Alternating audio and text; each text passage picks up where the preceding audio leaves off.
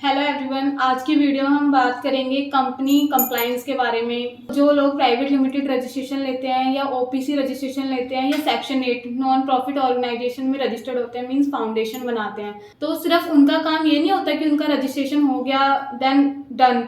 इसके बाद कुछ फाइलिंग्स होती है। अगर आप ये नहीं करवाते हैं तो इस केस में क्या होता है, आपकी कंपनी, आपकी प्राइवेट लिमिटेड या आपका फाउंडेशन ये स्ट्राइक ऑफ में चले जाते हैं, मींस बंद हो जाते हैं डिपार्टमेंट साइड से। और इसके अलावा आप पर नोटिस आते हैं, मल्टीपल केसेस की पेनल्टी इम्पोज होती है आप पर। सो आज हम उस सब की बात करेंगे कि आपकी अगर कंपनी बन जाती है तो उसकी क्या क्या फाइलिंग्स रहती हैं, कौन कौन से टाइम टू टाइम आपको कंप्लायंस करवानी चाहिए।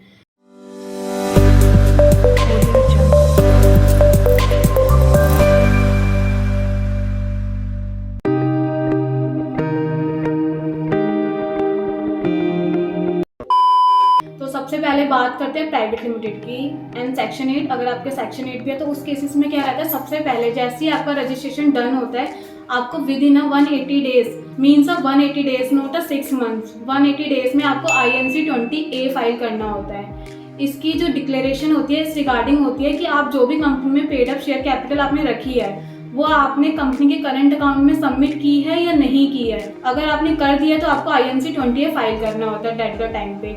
बट अगर आप 180 डेज के बाद करवाते हो तो इस केस में आपको मंथली वाइज तो पेनल्टी इम्पोज होती है।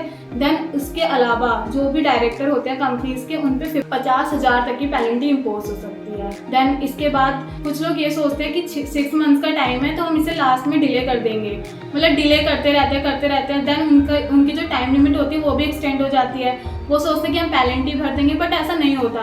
जब तक आप INC 20A फाइल नहीं करते हो ना तो उस केसेस में आप बिजनेस स्टार्ट ही नहीं कर सकते हो। कंपनीज एक्ट 2013 का सेक्शन 10 है, ये कहता है कि जब तक आप INC 20A फाइल नहीं करोगे, जब तक आप कंपनी में कोई भी बिजनेस एक्टिविटी नहीं कर सकते हो।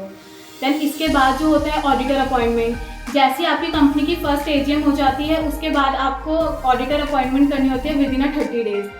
ऑडिटर अपॉइंटमेंट में क्या फाइल होता है, आपका ADT 1, जिसमें आपका एक ऑडिटर होते हैं जो कंपनी में अपॉइंट होते हैं। उसके बाद आपकी डायरेक्टर KYC होती है। अगर आप डायरेक्टर KYC नहीं करवाते हो तो इस केस में क्या रहता है, आप पर 5,000 तक की पेनल्टी इम्पोज हो जाती है। एक डायरेक्टर का दिन अगर डीएक्टिवेट होता है तो आप खुद भी चेक कर सकते हो, तो फिर 5,000 की पेनल्टी इम्पोज होती है।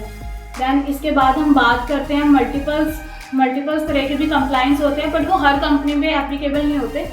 जो कंपनीज लोन वगैरह लेती हैं या कुछ अदर करती हैं, कुछ अदर एक्टिविटी में इंगेज होती हैं, तो उनकी भी मल्टीपल्स टाइप की डिक्लेरेशन होती है। वो अगर आप हमसे डिस्कस करेंगे हम आपको बता देंगे। और इसके अलावा जो फाइनेंशियल डॉक्यूमेंट कहते हैं कंपनी के या बैलेंस शीट वगैरह कहते हैं, तो उसमें 2 फॉर्म बहुत इंपॉर्टेंट होते हैं फाइल करना। एक होता है AOC 4 एंड सेकेंड होता है MGT 7A।